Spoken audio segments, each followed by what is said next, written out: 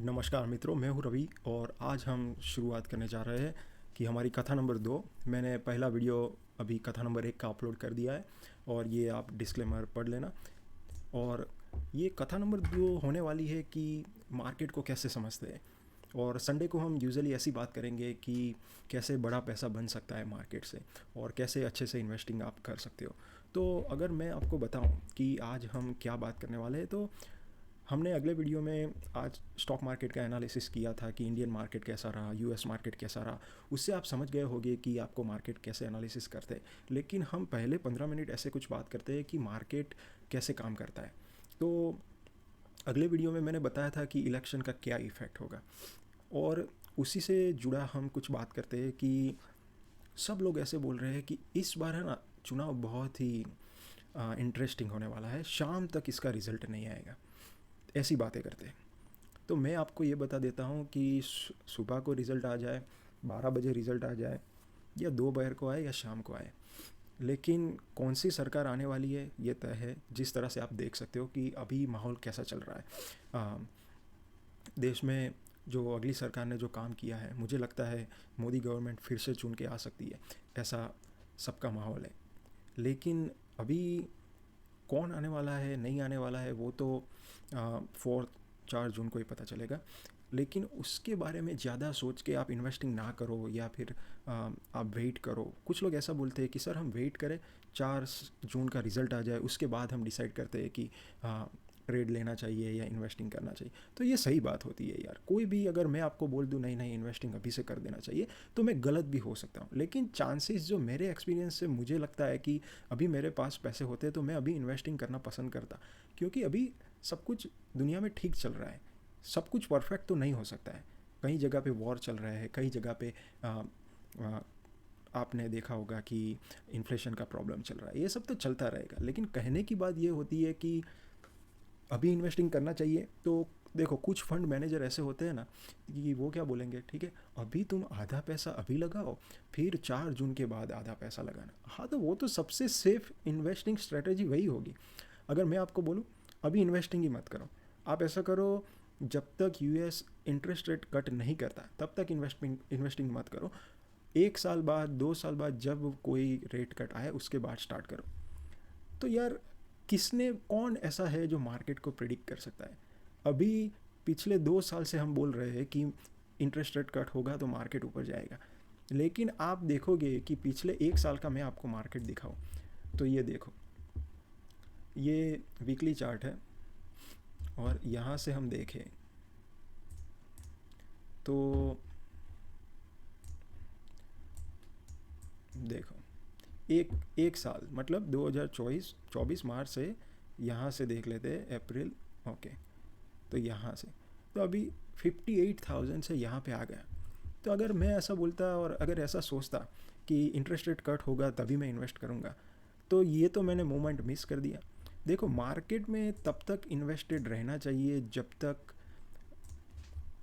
कोई बड़ा न्यूज़ नहीं आता, जैसे कि कोई वॉर हो जाए, जैसे कि कोई पेंडेमिक हो जाए, जैसे कि क्रूड ऑयल प्राइसेस $100 के ऊपर हो जाए। ऐसी सिचुएशन में आप अगर इन्वेस्ट नहीं करते तो ठीक है। अभी क्रूड ऑयल प्राइसेस चल रहा है $82 के आसपास। इंटरेस्ट रेट कट लोग बोल रहे हैं कि वो सितंबर में आएगा, दिसंबर में, जब आना है वो आएगा। इंटरेस्ट रेट कट का इफ़ेक्ट आएगा, लेकिन इंटरेस्ट रेट कट ऐसी चीज़ नहीं है कि जिसका वेट करके मैं इन्वेस्टिंग नहीं करता। और मैं आपको यही बोलूँगा कि ये इस वीडियो में जो भी बात करेंगे ये सब एजुकेशन के लिए। आपको अपना फाइनेंशियल डिसीजन अपने आप या फिर किसी फाइनेंशियल एडवाइज़र को पूछ के लेना है अगर आपको समझ नहीं आता इन्वेस्टिंग। तो इलेक्शन रिज़ल्ट के बाद हम बात करेंगे कि कॉरपोरेट टैक्स कट होने वाला था, तो हमने बजाज फाइनेंस लिया था। ऐसा मैंने कहीं सुना कि कुछ लोगों ने ऐसा ट्रेड लिया था कि कॉरपोरेट टैक्स कट आएगा तो बजाज फाइनेंस में क्या इफ़ेक्ट होगा, इस तरह से किसी ने ट्रेड लिया था। अच्छी बात है। देखो, ये ऐसी बात है कि कॉरपोरेट टैक्स कट होने वाला था, तो कुछ लोग सोच रहे थे कि सबसे अच्छा बेनिफिट किस स्टॉक को मिलेगा। तो मैंने सुना कि बजाज फाइनेंस को मिलेगा। तो मैंने ऐसी एक स्टोरी सुनी है कि किसी ने बजाज फाइनेंस में इन्वेस्ट किया तब, और बजाज फाइनेंस का स्टॉक अच्छा ऊपर गया। ये अच्छी बात है। अगर ऐसी, ये जब चीज़ें ऐसी होती है जब तुम सारा दिन स्टॉक मार्केट को देखते हो, कुछ लोग ऐसे होते हैं जो सारा दिन स्टॉक मार्केट को नहीं देख सकते, तो उन लोगों के लिए तो मैं यही सलाह दूंगा कि आपको ये सब चीज़ों से ट्रेड या इन्वेस्टिंग नहीं करना चाहिए। आपको ऐसा देखना चाहिए कि लॉन्ग टर्म में ये कंपनी 20 या 30% से ऊपर सेल्स ग्रोथ या प्रॉफिट ग्रोथ करेगी। अगर इसका जवाब हाँ है तो उस स्टॉक के ऊपर जाने के चांसेस ज़्यादा अप होते हैं। ठीक है, तो यही बात को आप समझना चाहिए कि जैसे कि अभी मोदी गवर्नमेंट चुन के आती है तो डिफेंस, रेलवे, पीएसयू के ऊपर जाने के चांसेस ज़्यादा हो गए। ठीक है, लेकिन आपको ऐसा ट्रेड नहीं लेना चाहिए कि देखो मुझे पक्का पता है कि अभी मोदी गवर्नमेंट आएगी, बीजेपी गवर्नमेंट आएगी और मैं अभी से पीएसयू, डिफेंस या रेलवे लेके रख देता हूँ और फिर 1-2 महीने के बाद बेच दूंगा। इसको बोलते हैं ट्रेडिंग करना। ट्रेडिंग करना अच्छी बात है, आप शॉर्ट टर्म में अच्छा पैसा कमा लोगे, लेकिन कभी कभी ऐसा होता है कि आप अपना 60, 70, 80% जो नेटवर्थ होता है, वो कैपिटल होता है, वो एक ही ट्रेड में डाल देते हो। अगर वो ट्रेड आपका उल्टा हो गया तो आप सोच सकते हो कि आप कितना पैसा लूज़ कर सकते हो। तो इस हिसाब से मैं आपको समझाना चाहता हूँ कि अगर आपको मार्केट की समझ में नहीं आती है तो एक्सेप्ट करो, मेरा वीडियो देखो, समझो, किसी किताब को पढ़ो, न्यूज़पेपर को पढ़ो, धीरे धीरे मार्केट को समझो। अगर आपको अच्छा ग्रिप आया है 10 साल, 5 साल या 15 साल मार्केट में रह के, तब कोई ऐसा ट्रेड आप सोच सकते हो जिसमें आप कॉन्फिडेंस हो, वरना एक ट्रेड उल्टा गया तो आप बहुत बड़ा कैपिटल लूज़ कर सकते हो। और दूसरी बात ये होती है कि कोई ट्रेड में अपने कैपिटल का, नेटवर्थ का 5% एक ही में इन्वेस्ट नहीं करना चाहिए। जब तक आप कॉन्फिडेंस नहीं हो, आप ट्रेडिंग को सीख रहे हो, तो 1%, 0.5% आपके नेटवर्थ का या कैपिटल का लगा के आप सीख सकते हो। या सबसे अच्छा बेस्ट यही है कि आप पेपर ट्रेडिंग करो। पेपर ट्रेडिंग से आपके पैसे बना नहीं पाओगे या लूज़ नहीं कर पाओगे, लेकिन आपका कॉन्फिडेंस बढ़ेगा, आप समझ पाओगे कि आपकी राय सही है या नहीं है। इस हिसाब के आपको देखना चाहिए। दूसरी बात, हम बात करेंगे कि अगर मोदी गवर्नमेंट आएगी तो सबसे ज़्यादा बेनिफिट कहाँ पे होगा। तो अगर मैं अपने पास्ट एनालिसिस से देखूँ तो सबसे ज़्यादा बेनिफिट होगा डिफेंस को। ठीक है, पीएसयू को, रेलवे को, रिलायंस या अदानी जैसी कंपनी को, या फिर रिन्यूएबल एनर्जी को, रेलवे स्टॉक को, ये सबको सबसे ज़्यादा बेनिफिट होगा। मैं ऐसा नहीं बोल रहा हूँ कि बीजेपी गवर्नमेंट अदानी या रिलायंस या टाटा या कोई भी बिरला या कोई भी बड़ी कंपनी को बेनिफिट करती है। मैं आपको ये समझाना चाहता हूँ कि जो बड़े प्लेयर होते हैं वो और बड़े होते हैं। ठीक है, अगर उनकी स्ट्रेटजी अच्छी है, उनका मैनेजमेंट अच्छा है, अगर वो बड़ा रिस्क ले सकते हैं, उसमें दम है, उनके मैनेजमेंट, उनके सीईओ, उनके चेयरमैन में दम है कि वो बड़ा कोई रिस्क लेके, जैसे कि अदानी ने सोलार एनर्जी में बहुत बड़ा इन्वेस्टमेंट किया है, ग्रीन एनर्जी जैसे कि रिलायंस कर रही है, तो उसको फिर से जो गवर्नमेंट काम कर रही थी वही गवर्नमेंट आती है तो उनके स्टॉक के ऊपर जाने के चांसेस ज़्यादा हो जाते हैं। इसका मतलब ये नहीं है कि आप वो शेयर बाय कर लो या बेच दो, मैं आपको ये बताना चाहता हूँ कि स्टॉक मार्केट कैसे काम करता है। ठीक है, तो डिफेंस मुझे लगता है कि सबसे ज़्यादा मुझे ऐसा लगता है कि कोई बड़ा सेक्टर होने वाला है जिसका ग्रोथ ज़्यादा होगा, वो होगा डिफेंस सेक्टर। क्योंकि अभी डिफेंस बहुत ही कम मात्रा में हम मैन्युफैक्चरिंग इंडिया में कर रहे हैं या बेच रहे हैं। मुझे ऐसा लगता है कि डिफेंस में इतना बड़ा ग्रोथ आने वाला है 2047 तक, टचवुड, अगर यही गवर्नमेंट आती रहती है तो मुझे लगता है कि मोदी जी का विज़न इतना बड़ा है कि हम दुनिया के, मैं ऐसे हवा में बात नहीं कर रहा हूँ, मोदी की सोच बहुत बड़ी होती है। वो ऐसे नहीं सोचता है कि हम 10 गुना करें या 20 गुना करें, वो ऐसे सोचता है कि दुनिया में हम टॉप 3 या टॉप नंबर में कैसे आए।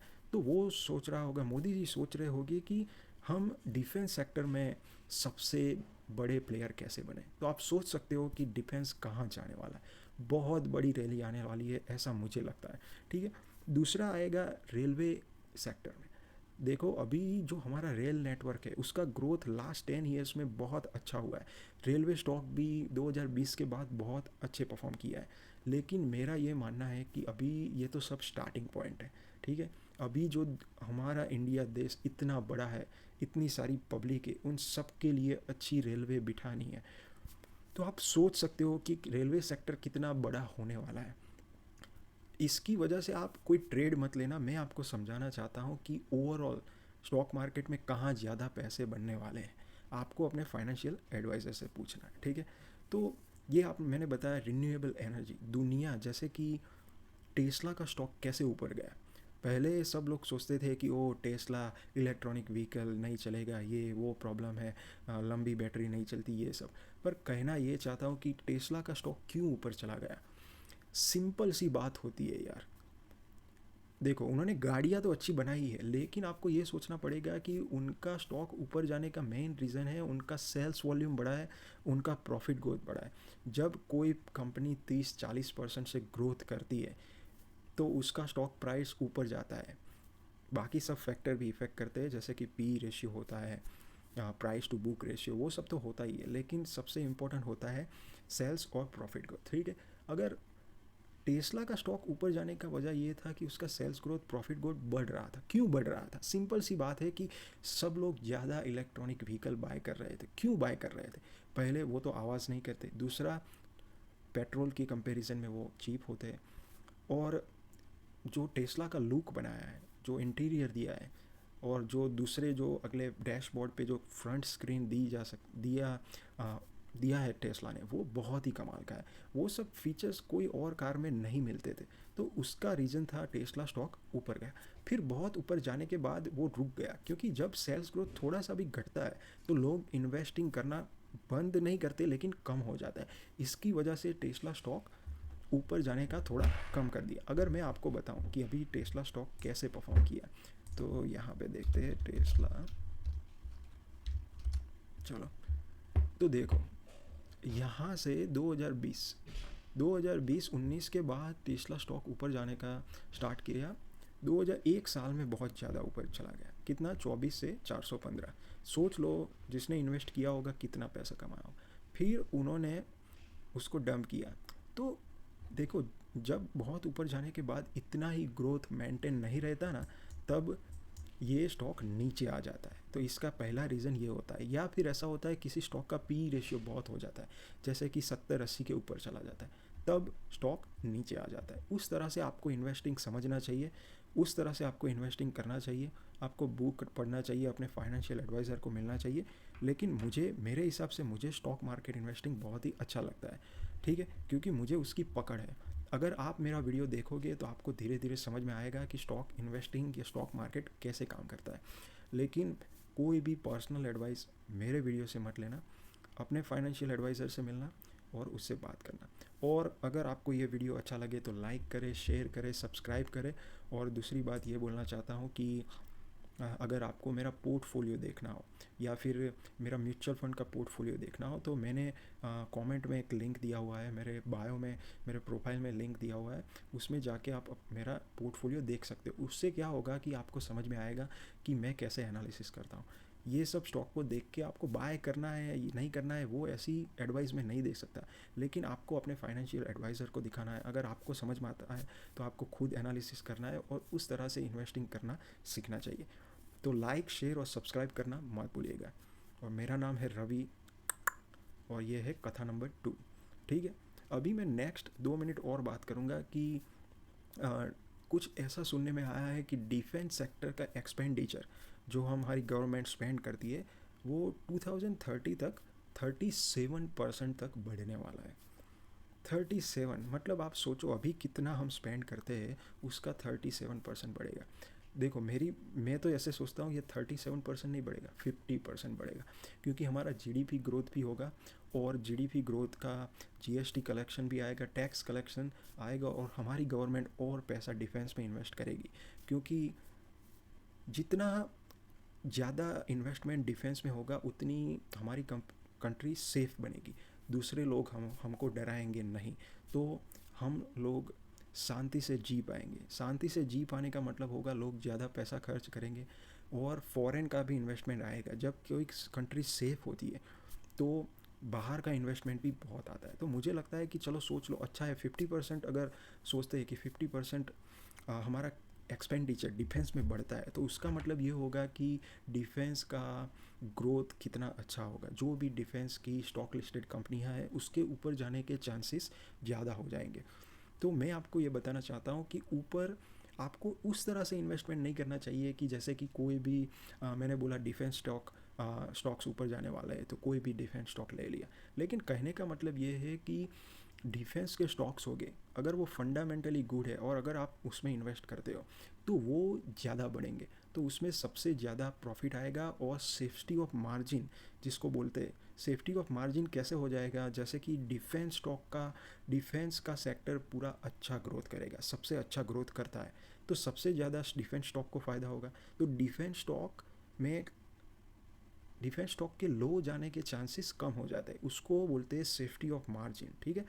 ऐसे समझना चाहिए। अब 15 मिनट हो गए हैं, तो हम अभी बात करेंगे, कथा हो गई है, अभी उसका चिंतन करेंगे। चिंतन में हम करते हैं कि स्टॉक्स आपके स्टॉक के इन्वेस्टमेंट की क्वेरी लेते हैं, कि किसी स्टॉक को एनालाइज करते हैं। इसको सिर्फ एजुकेशन से देखना, इन्वेस्टमेंट के पर्पज़ से मत देखना कि आप मेरी सलाह से आप किसी स्टॉक को बाय कर लो। तो पहला क्वेश्चन लेते हैं, सर आईडीबीआई बैंक का रिजल्ट अच्छा आया है, क्या हमको ये स्टॉक लेना चाहिए? वो मैं बता नहीं सकता, लेकिन इसको एनालाइज कैसे करते हैं वो मैं आपको बता सकता हूँ। तो देखो, अभी देखते हैं आईडीबीआई बैंक, ठीक है। आईडीबीआई बैंक, अभी इसका मार्केट कैप है 1 लाख करोड़, जो भी मार्केट कैप हो। उससे पहले देखते इसका चार्ट। अभी ऐसे स्टॉक में मैं क्यों इन्वेस्ट करूँगा जो स्टॉक 2005 से लॉन्च हुआ है, ऊपर जा रहा है, नीचे आ रहा है, ऊपर आ रहा है, नीचे, अभी नीचे जा रहा है, अभी थोड़ा ऊपर आया है। तो मैं ऐसी कंपनियों को तो मैं बाय ही नहीं करता। कोई भी मैनेजमेंट हो जो मुझे बाय बोल दे कि मैं अभी हम 40% से ग्रोथ करने वाले, अरे यार तुम अच्छा ग्रोथ करने वाले हो, अच्छी बात है, लेकिन तुम यार मेरे सामने मत आओ, क्योंकि मुझे चाहिए कंसिस्टेंटली ऊपर जाने वाली कंपनियाँ। जो कंपनियाँ consistent sales growth, profit growth देती है, वही कंपनियाँ और ऊपर जाती है। तो वैसी कंपनियों में मैं इन्वेस्ट करना पसंद करता हूँ। लेकिन ऐसे ही हम देखें इस स्टॉक को, बैंकिंग सेक्टर में पी रेशियो, आर ओ नहीं देखते, आर ओ ए देखते, लेकिन फिर भी इसके अंदर देखते हैं रिटर्न ऑन एसेट है या नहीं है। रिटर्न ऑन एसेट, इसको सिलेक्ट करते हैं, सेव क्विक रेशियो करते हैं, ठीक है, ओके। ये रिटर्न ऑन एसेट दिखा रहा है, ठीक है। तो बैंकिंग कंपनियां होती है, उसका रिटर्न ऑन एसेट देखते हैं। लेकिन यहाँ पे 16 का पी रेशियो सही है, मार्केट कैप सही है, ठीक है। अभी मैं ये ज़्यादा एनालिसिस यहाँ पे नहीं करूँगा। ये आर ओ ई, आर ओ सी ठीक है, लेकिन देखना चाहिए आर ओ ए। लेकिन सबसे इम्पोर्टेंट बात है प्रॉफिट ग्रोथ। लास्ट 3 साल का प्रॉफिट ग्रोथ 10% हुआ है, सेल्स ग्रोथ हुआ है 10% और प्रॉफिट ग्रोथ हुआ है 56%। तो मैं ऐसी कंपनी में इन्वेस्ट क्यों करूँगा जिसका सेल्स ग्रोथ नहीं बढ़ रहा है? सेल्स नहीं बढ़ेगा तो प्रॉफिट कैसे बढ़ेगा? फिर भी चलो अच्छी बात है, उन्होंने मैनेज करके 56% प्रॉफिट ग्रोथ दिया है, लेकिन ये सब क्या है यार? 14 करोड़ का लॉस, 12,000, ये सब क्या प्रॉफिट है? अगर आपका 18,000 करोड़ का सेल्स होता है, मतलब रेवेन्यू आता है, तो उसमें से यार आपका इतना ही प्रॉफिट, मतलब जो भी हो कंसिस्टेंटली बढ़ना भी तो चाहिए। ये कंसिस्टेंटली क्यों नहीं बढ़ रहा है? तो मुझे ऐसी कंपनियां अच्छी नहीं लगती। अगर आपको अच्छी लगती है तो आपको इन्वेस्ट करना चाहिए। दूसरी बात ये होती है एफआईआई का होल्डिंग। देखो, अभी एफआईआई का होल्डिंग 2021 से बढ़ रहा है। देखो एफआईआई कैसे एनालिसिस करते हैं, उनको इंटरनल न्यूज़ ज़्यादातर पता भी चल सकती है। जो बड़े इन्वेस्टर होते हैं उनको पता चल जाता है कि आगे कंपनी में क्या होने वाला है, ऐसा मैंने सुना है, ठीक है। सच है नहीं है वो सब मैं गारंटी नहीं दे सकता, लेकिन एफआईआई का बढ़ा है, चलो अच्छी बात है, ठीक है। 2021 से स्टॉक बढ़ा है, जून 2021 से देखते हैं। अभी जून 2021 देखो, देखो 31 रुपये का स्टॉक अभी आया है 88। तो मतलब एफआईआई बहुत अग्रेसिव बाइंग करते हैं, ऐसा लोग बोलते हैं, ठीक है। अभी हम देखते हैं कि डीआईआई जो यहाँ के इन्वेस्टर है वो तो स्टॉक को लेना ही बंद कर दिया है। तो समझाना ये चाहता हूँ कि पब्लिक भी अभी, गवर्नमेंट और पब्लिक का देखे तो पब्लिक भी यहाँ पे बाय कर रही है, यहाँ तक बाय किया फिर उसका कम हो गया। तो मुझे ये सब स्टॉक अच्छे नहीं लगते। और इनका क्वेश्चन था कि इनका रिजल्ट अच्छा आया है, कि अगले क्वार्टर में था 1200 करोड़ जैसा और अभी प्रॉफिट हुआ है 1600 करोड़ जैसा। तो कहने का मतलब ये होता है कि ऐसी कंपनियों से आपको बच के रहना चाहिए। ये मैंने झटपट एनालिसिस किया है, मैं बहुत डेप्थ में नहीं गया। अगर आपको अच्छा लगता है आप ले सकते हो। हमारे किसी भी वीडियो में कोई भी पर्सनल एडवाइस नहीं होती है। मैं आपको एजुकेट करना चाहता हूँ कि ज़्यादातर लोग स्टॉक को एनालाइज कैसे करते हैं और कैसे इन्वेस्टिंग करते हैं। और अभी आगे बताऊँ, चलो मुझे नेक्स्ट क्वेश्चन पूछा है, नमस्ते सर, आप नए अच्छे स्टॉक कैसे सर्च करते हो? देखो, सबसे ईजीएस्ट मेथड होता है स्क्रीनर यूज़ करके, कि स्क्रीनर यूज़ करके उसमें से एनालाइज़ किया कि कौन से स्टॉक अच्छे हैं, कौन से स्टॉक बुरे हैं। लेकिन दूसरी बात ये भी होती है कि आप न्यूज़पेपर पढ़ना चाहिए। न्यूज़पेपर पढ़ते हो तो किसी स्टॉक के बारे में न्यूज़ आई है तो उसको गूगल में या कोई भी आप स्क्रीनर यूज़ करते हो उसमें जाके उस स्टॉक के बारे में देखना चाहिए, उसका चार्ट देखना चाहिए, उसका सेल्स प्रॉफिट पी रेशियो वो सब देखना चाहिए। और मैं क्या करता हूँ, कोई भी स्टॉक के बारे में न्यूज़ देखता हूँ तो मैं देखता हूँ कि मैंने इस स्टॉक को पहले एनालाइज़ किया है, तो मेरे चेक लिस्ट में वो होगा कि स्टॉक अच्छा है, बुरा है, या अभी उसको देखना चाहिए।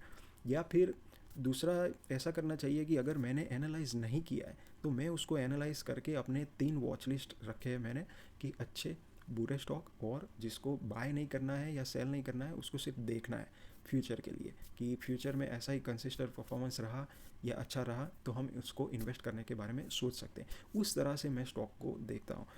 स्टॉक को सर्च करना कोई ऐसा नहीं होता, आप किसी मैगज़ीन को पढ़ सकते हो, जैसे कि दलाल स्ट्रीट इन्वेस्टमेंट जर्नल, या कोई भी मैगज़ीन हो, न्यूज़पेपर पढ़ो तो न्यूज़पेपर में भी स्टॉक्स आएंगे। तो उसको किसी स्टॉक के बारे में आप सुनते हो, जैसे कि रिलायंस ने ये प्रोजेक्ट लॉन्च किया, तो आपको देखना चाहिए कि क्या मैंने रिलायंस को पहले एनालाइज़ किया है। अगर किया है तो ये प्रोजेक्ट लॉन्च होने के बाद क्या उसके बढ़ने के चांसेस हो जाते हैं या गिरने के चांसेस हो जाते हैं। इस तरह से आप स्टॉक को एनालाइज करोगे तो आपके पैसे बहुत अच्छे बनेंगे।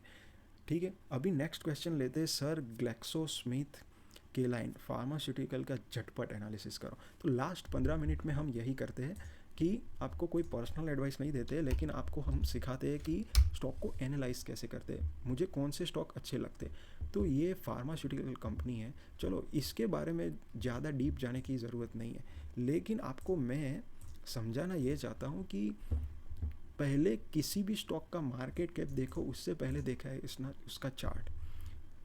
अभी आप देखो 2005 से लॉन्च हुआ है, 2016 तक उसने अच्छा रिटर्न दिया, ठीक है, फिर उसका प्रॉफिट चला गया, उसका चार्ट नीचे चला गया, और अभी यहाँ से जो लोग बोलते हैं ना ब्रेकआउट हुआ, तो मतलब 1900 का लेवल आया तो फिर उसके ऊपर जाने के चांसेस बढ़ जाते हैं अगर कंपनी का सेल्स अच्छा हुआ तो।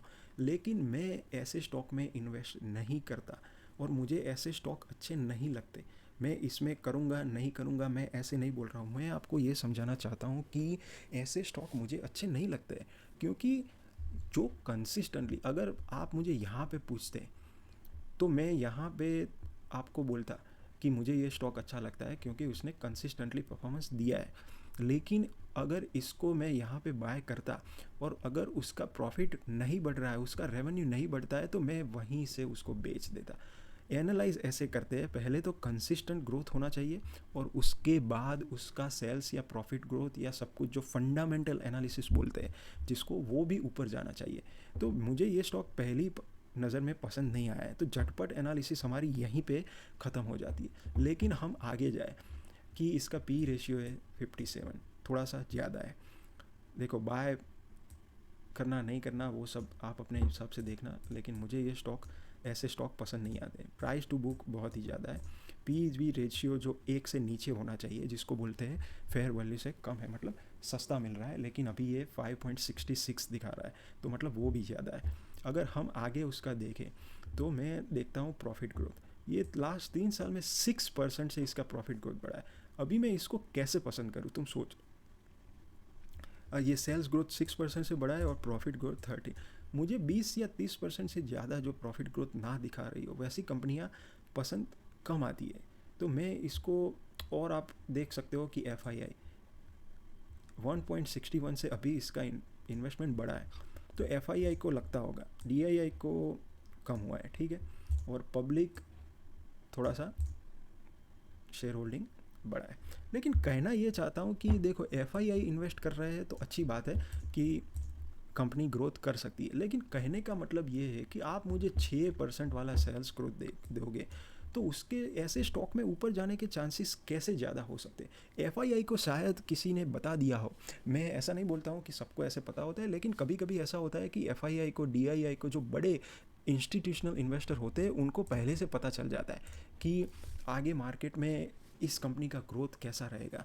तो क्योंकि उनकी मैनेजमेंट से बात होती है, वो बोलते कभी कभी कुछ कुछ लोग ऐसे रिश्वत देते देते हैं मैनेजमेंट को और बोलते हैं कि हमको अगले 1 साल का ग्रोथ बता दीजिए या मार्जिन बता दीजिए। तो उस तरह से भी कुछ लोग इन्वेस्टिंग कर लेते हैं और पैसा बना लेते हैं। लेकिन हमारे जैसे लोग, जैसे कि हमको कुछ इनसाइड इन्फॉर्मेशन नहीं मिल रही है, तो स्टॉक को कैसे एनालाइज करते हैं, मैं इसके बारे में बताना चाह रहा था। अभी 5-6 मिनट, 2-3 मिनट और बचे, तो और आगे का क्वेश्चन लेते हैं। सर मैंने 2 साल से ब्रिटानिया लेके रखा है, क्या करना चाहिए? देखो, इसको तो आपको अपने फाइनेंशियल एडवाइज़र से पूछना चाहिए, लेकिन मैं अगर इसको लेके रखता तो मेरी इसके बारे में क्या राय होती। ये बोल रहे हैं लास्ट 2 साल से इन्होंने, तो अभी मई का महीना चल रहा है, तो मई 2022, चलो अभी देखते हैं मई, हाँ 3200 का लिया है, अभी हो गया है 5000, तो मतलब 2 साल ही हुए ना, हाँ 2 साल हो गए, तो अच्छा रिटर्न दिया है। ठीक है, मतलब इतना बड़ा रिटर्न नहीं है, लेकिन अगर आप बड़े इन्वेस्टर हो, जैसे कि आपका पोर्टफोलियो है 5 करोड़, 10 करोड़ या 15 करोड़, तो ऐसे स्टॉक ने, इस स्टॉक ने अच्छा रिटर्न दिया है मेरे हिसाब से। लेकिन मैं सबसे पहला क्या देखूंगा, मार्केट कैप, चलो ठीक है, ब्रिटानिया कंपनी मैनेजमेंट अच्छा होगा क्योंकि बहुत सालों से है, ठीक है, 100 साल की लेगेसी है, ठीक है, मतलब उनके मैनेजमेंट में दिमाग होगा। आर अच्छा है, आर भी अभी अच्छा दिखा रहा है, प्राइस टू बुक बहुत ज़्यादा है, और पीईजी रेशियो भी थोड़ा ज़्यादा है। लेकिन सबसे इम्पॉर्टेंट बात होती है, वो होती है सेल्स ग्रोथ। 8% के सेल्स ग्रोथ से बढ़ने वाली 5% के, आप देखो 260 करोड़ का प्रॉफिट था, फिर बढ़ रहा था, ठीक है, फिर अभी 2300 का हुआ, यहाँ पे अच्छा ग्रोथ दिया है, आपने देखा होगा। यहाँ पे ऊपर जाने की वजह थी उसने सेल्स ग्रोथ अच्छा दिया था, ठीक है। लेकिन अभी इस साल 2300 का प्रॉफिट हो गया 2100, सेल्स भी कुछ ज़्यादा नहीं बढ़ा है, तो मैं ऐसे कंपनियों में इन्वेस्ट क्यों करूं। मार्च का देखते हैं, ये मार्च 2024 क्वार्टर का 537 से यहाँ पे 558, मतलब ये 558 से 537, मतलब उसका प्रॉफिट ग्रोथ भी अच्छा नहीं हुआ है। तो मैं ऐसी कंपनियों में क्यों इन्वेस्ट करूं जो मुझे प्रॉफिट ग्रोथ बढ़ा नहीं रही है। मैं उसमें डीप नहीं जाना चाहता कि कैसे मैनेजमेंट में ये इश्यू था, वो इश्यू था, मैं नहीं चाहता। मैं वही सोचता हूँ कि उसका प्रॉफिट ग्रोथ बढ़ रहा है, नहीं बढ़ रहा है, तो मुझे आगे बढ़ना है, ठीक है। आप कभी कभी बोलते हो ना, आप कभी कभी बोलते हो कि देखो 5 साल 10 साल का किसी कंपनी में व्यू रखना चाहिए। देखो 5 साल 10 साल का व्यू उसका होता है जिसके पास 100 करोड़ 1000 करोड़ रुपये है। उसने 100 करोड़, पोर्टफोलियो वालों ने किसी 15 स्टॉक में इन्वेस्ट किया है, तो सोच लो कि एक एक स्टॉक में 5 करोड़ 10 करोड़ 15 करोड़ उसने लगा है। तो वो एक दिन में उसका व्यू चेंज नहीं कर सकता है, या एक क्वार्टर में उसका व्यू चेंज नहीं कर सकता है। उसको देखना पड़ेगा साल दर साल कि उसका सेल्स ग्रोथ कैसा रहता है, क्योंकि अगर वो 5 करोड़ 10 करोड़ का शेयर बेचने जाएगा, तो उसने, उसको लेने वाले भी चाहिए, और अगर उसको जल्दी जल्दी बेचना है तो वो 1 वीक या 2 वीक में नहीं बेच सकता, उसको धीरे धीरे धीरे करके उसका शेयर बेचना पड़ेगा, वरना एकदम से बेचने जाएगा तो सर्किट पे सर्किट लगेगी, और वो, मतलब प्राइस स्टॉक का नीचे चला जाता जाएगा, और उसको अच्छी प्राइस नहीं मिलेगी। क्वार्टर टू क्वार्टर रिजल्ट कौन देखते हैं? जिसके पास 10 लाख का पोर्टफोलियो है या 1 करोड़ का पोर्टफोलियो है, मतलब कहने का मतलब जिसके पास कम मात्रा में शेयर लिए हैं, 5 लाख 10 लाख किसी स्टॉक में इन्वेस्ट किए, अगर उसको निकालना है तो जल्दी से निकाल सकता है, कोई लेने वाला मिल जाएगा। लेकिन आपने एक स्टॉक में 5 करोड़ 10 करोड़ 100 करोड़ डाल के रखे, तो सामने जब बेचने जाते हो तो वो लेने वाला भी चाहिए। समझ में आया? तो उस तरह से आपको मार्केट को समझना चाहिए। तो इसकी झटपट एनालिसिस 2 मिनट वाला मैं यही बोलूँगा कि मैं ये स्टॉक में इन्वेस्ट करना कम पसंद करता। आपको अपने फाइनेंशियल एडवाइज़र से पूछना है। देखो एफआईआई की होल्डिंग जैसे कि थी, कम होके फिर बढ़ी है, और डीआईआई क्या बोल रहे हैं, डीआईआई अभी यहाँ तक बढ़ा फिर घटा, पब्लिक का अप डाउन हो रहा है। यहाँ से ज़्यादा एनालाइज करना मुश्किल हो रहा है, क्योंकि सबका इन्वेस्ट एफआईआई डीआईआई पब्लिक का सबका होल्डिंग अप डाउन हो रहा है। लेकिन सबसे इम्पोर्टेंट ये मुझे बता रहा है कि इसका सेल्स ग्रोथ नहीं बढ़ रहा है, तो मैं ऐसी कंपनियाँ कम पसंद करता हूँ।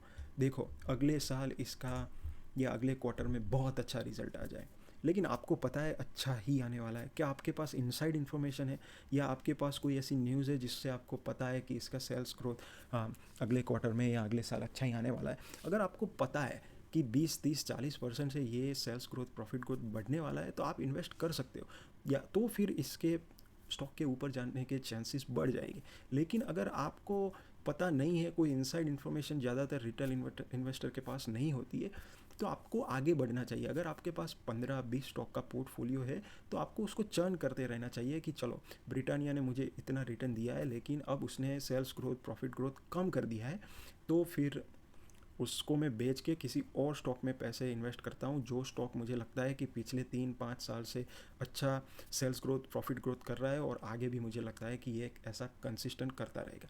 तो उसको बोलते हैं पोर्टफोलियो चर्निंग, ठीक है। तो आज अभी तक इतना ही रखते हैं, लेकिन अगर आपको मेरा वीडियो अच्छा लगे तो लाइक, शेयर, सब्सक्राइब करें।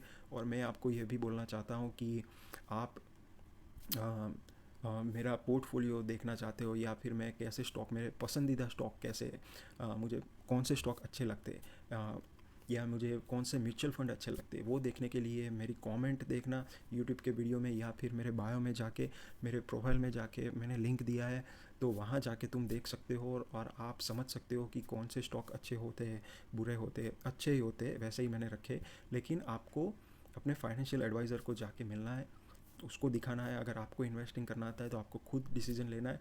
मैं आपको किसी भी स्टॉक का रिकमेंडेशन या ऐसे नहीं बोलता हूँ कि हाँ इसको बेच देना चाहिए या ले लेना चाहिए। मैं आपको समझा रहा हूँ कि एनालाइज कैसे स्टॉक को करते हैं। तो आज यहीं तक रखते हैं, कथा नंबर 2 यहीं पे ख़त्म होती है, और मिलते हैं अगले वीडियो में कल सुबह।